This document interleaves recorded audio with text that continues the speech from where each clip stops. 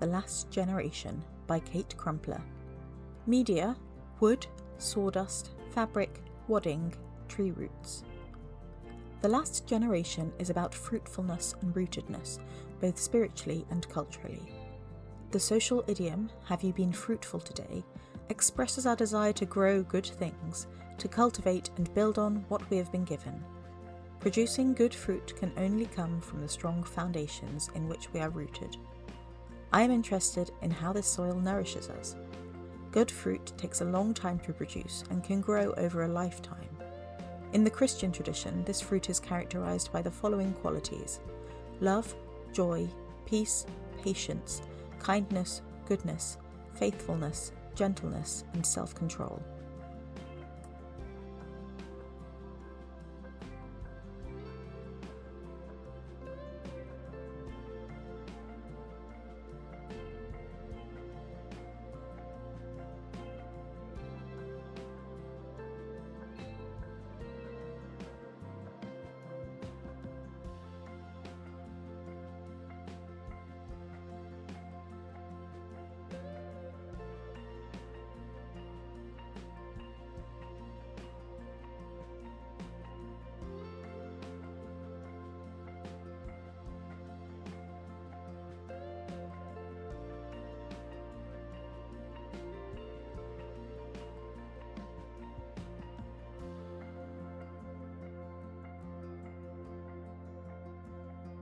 Connected Through Our Vulnerabilities by Isabel Ingram.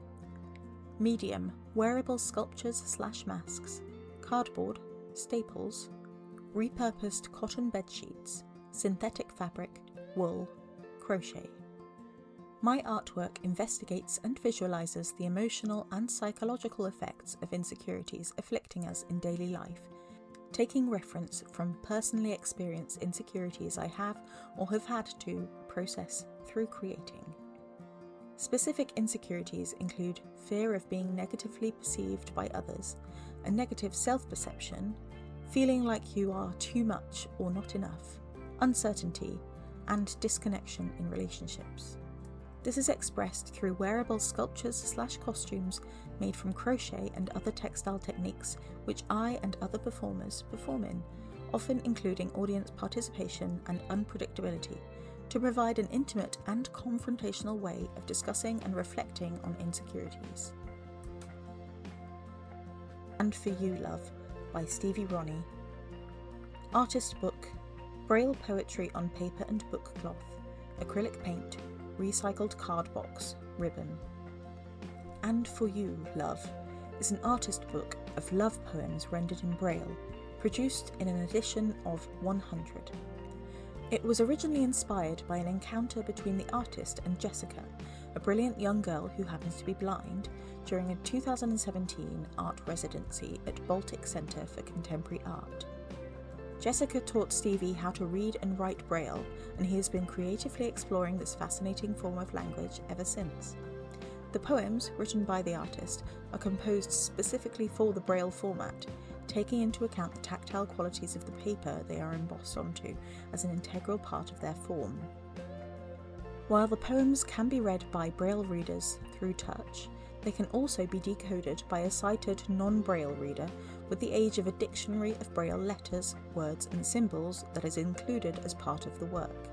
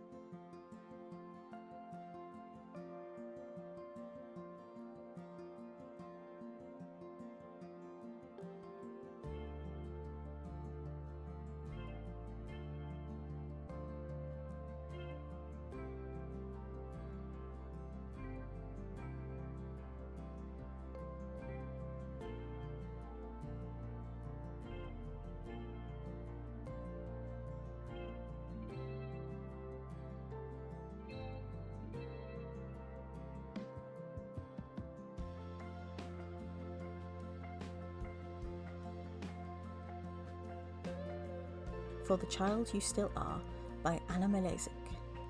Medium, textile insulation.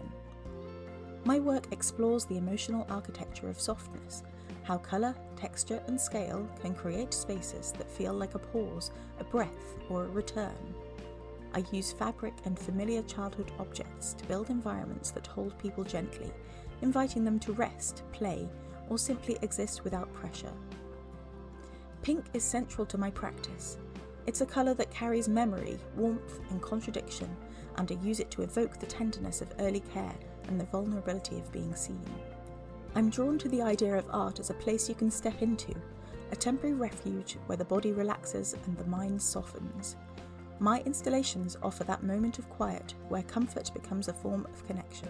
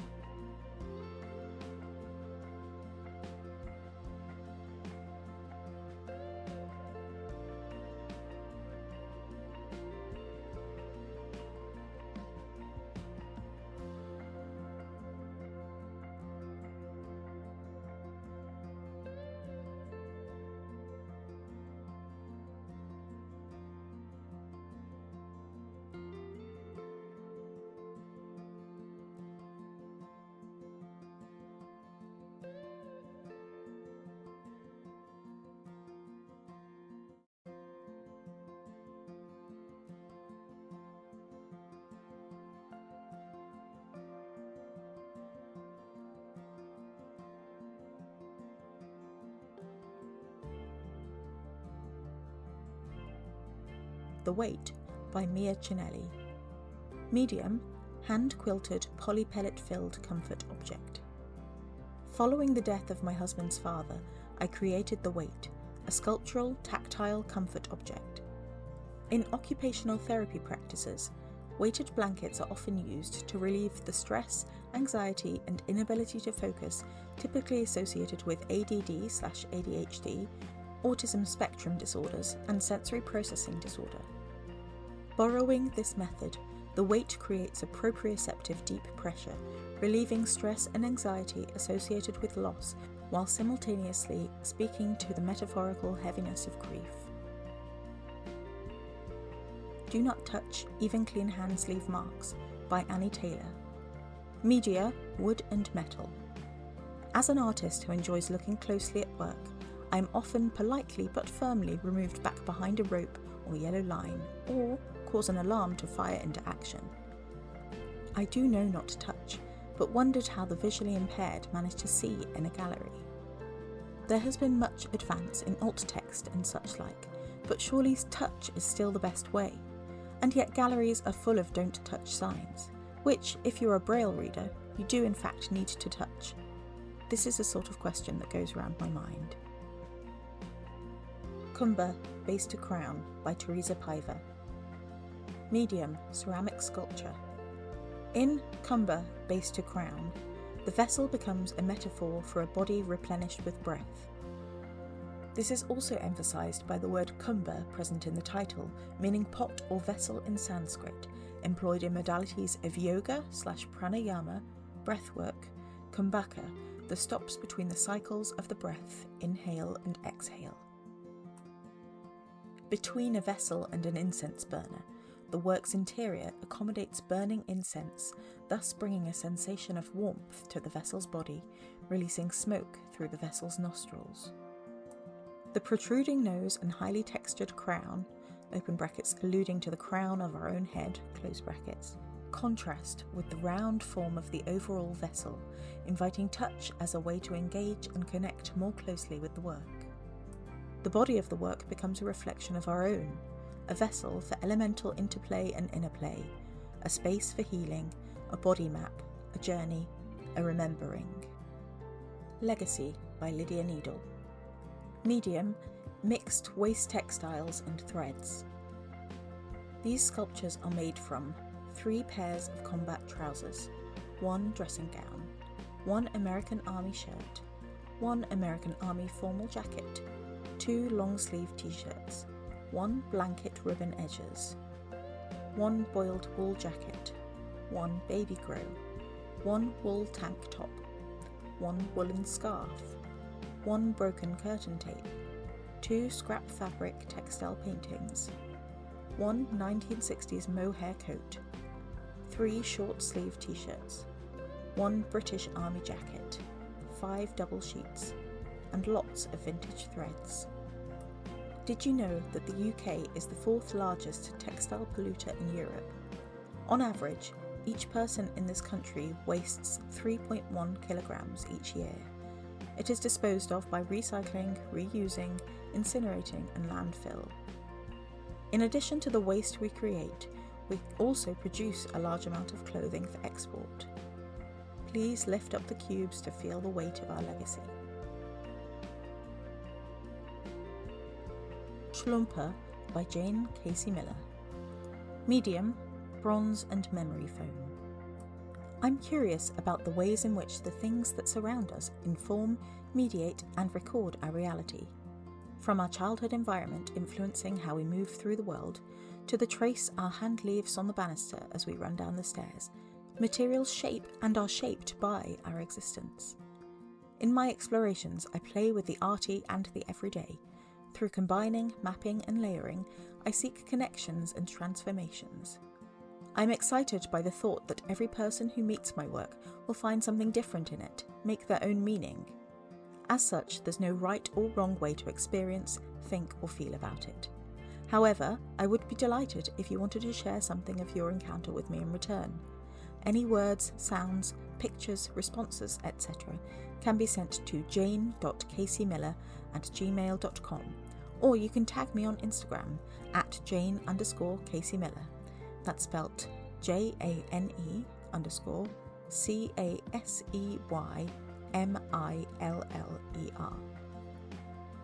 Kai by Molly Owen. Medium, punch needle textile.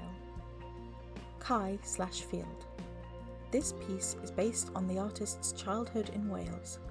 Hazy memories of landscapes on the car ride home, moss growing on the garden wall, and walks in the woods merged together, creating a new environment. Kai invites you to find a moment of calm through touch and think back to time spent outside.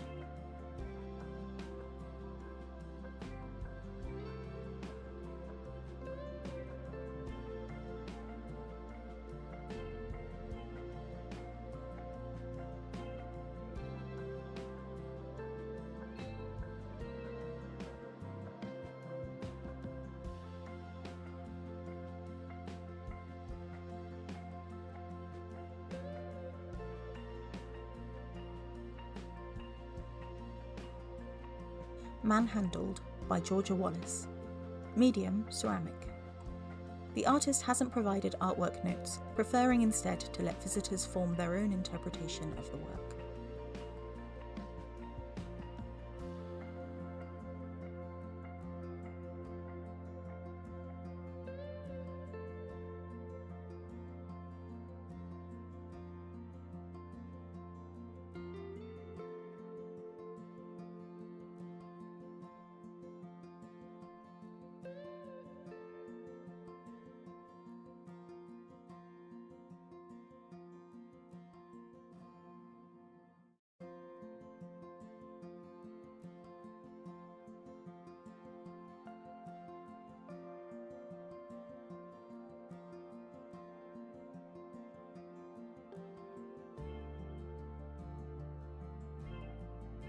Half by Nick Jones. Media, wood and metal.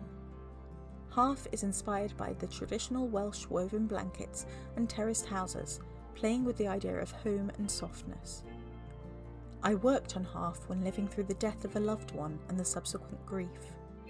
There is the idea that something is missing, which may not be obvious to anyone outside the group of people who live through an experience. Nevertheless, the absence is felt. Shadows, smells, echoes, and the missing touch. Nick Jones's work is all made in a small shed at the end of his garden, from pieces of wood salvaged from skips and reclaim centres. He is self-taught and learns new techniques through his practice, inspired by his native Wales, visits to museums and cultural sites, and stories from older family members.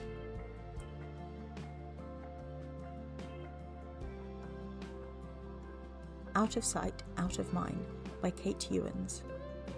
Media, fabric, card and wood. In my practice as a textile artist, I explore the intersection of heritage, sustainability and social narrative. My current work is deeply informed by my research into women's social history, translating overlooked domestic legacies into tactile forms. This piece, Out of Sight, Out of Mind, embodies this exploration. It reflects the hidden labour and marginalised stories of women throughout history, brought to life through natural and reclaimed materials.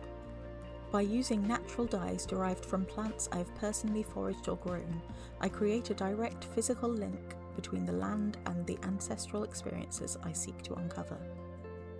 For me, the process is as vital as the outcome.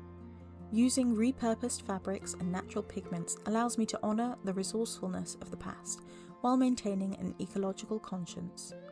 This piece serves as a bridge, pulling forgotten histories from the shadows and grounding them in the textures of the present.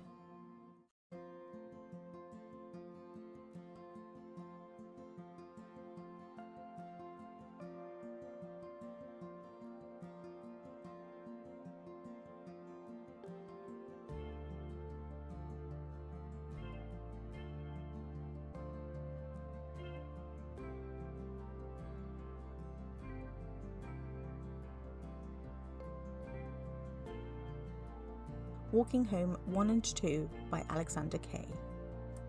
Medium, pewter. This set is inspired by the way our imagination thrives in darkness, where illusion begins to transform uncertain reality. Walking Home 1 and 2 explore the growing tension of unknown distant shadows and the sense of relief we experience once we engage other senses. Everyone has experienced waking up in the night to investigate a sudden noise, or felt unreasonably frightened during a walk in the dark.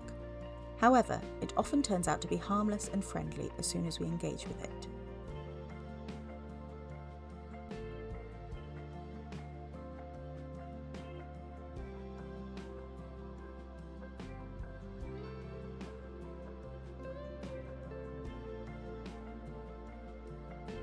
Subversive Pockets by Dinah Vagina.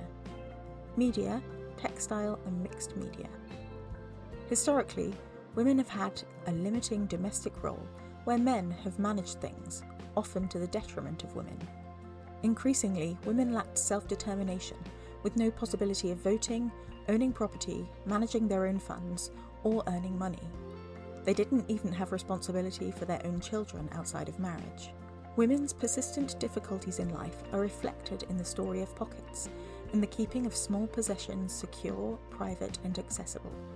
Please freely explore these pockets and their contents, which are free to take away.